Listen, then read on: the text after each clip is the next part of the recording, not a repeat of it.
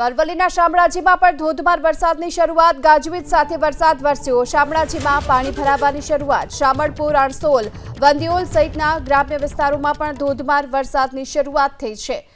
યાત્રાધામ શામળાજીમાં પણ ધોધમાર વરસાદ છે અને આ વરસાદને લઈને પાણી ભરાવાની શરૂઆત થઈ છે। રોડ રસ્તા પર પાણી ભરાતા વાહન ચાલકોને હાલાકીનો સામનો કરવાનો વારો આવ્યો છે। ગાજવીજ સાથે વરસાદથી શામળાજીના રસ્તાઓ પર જાણે કે નદી વહેતી હોય એ પ્રકારના દ્રશ્યો જોવા મળ્યા અને આ રસ્તા પર ભરાયેલા પાણીની વચ્ચે પસાર થઈ રહેલા વાહન ચાલકો જેઓ હાલાકી ભોગવી રહ્યા છે।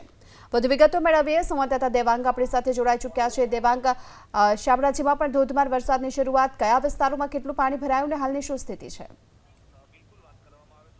જિલ્લામાં 2 દિવસના વિરામ બાદ ફરી વરસાદનું આગમન થયું છે। ખાસ કરીને યાત્રાધામ શામળાજીમાં હાલ ધોધમાર વરસાદ વરસી રહ્યો છે।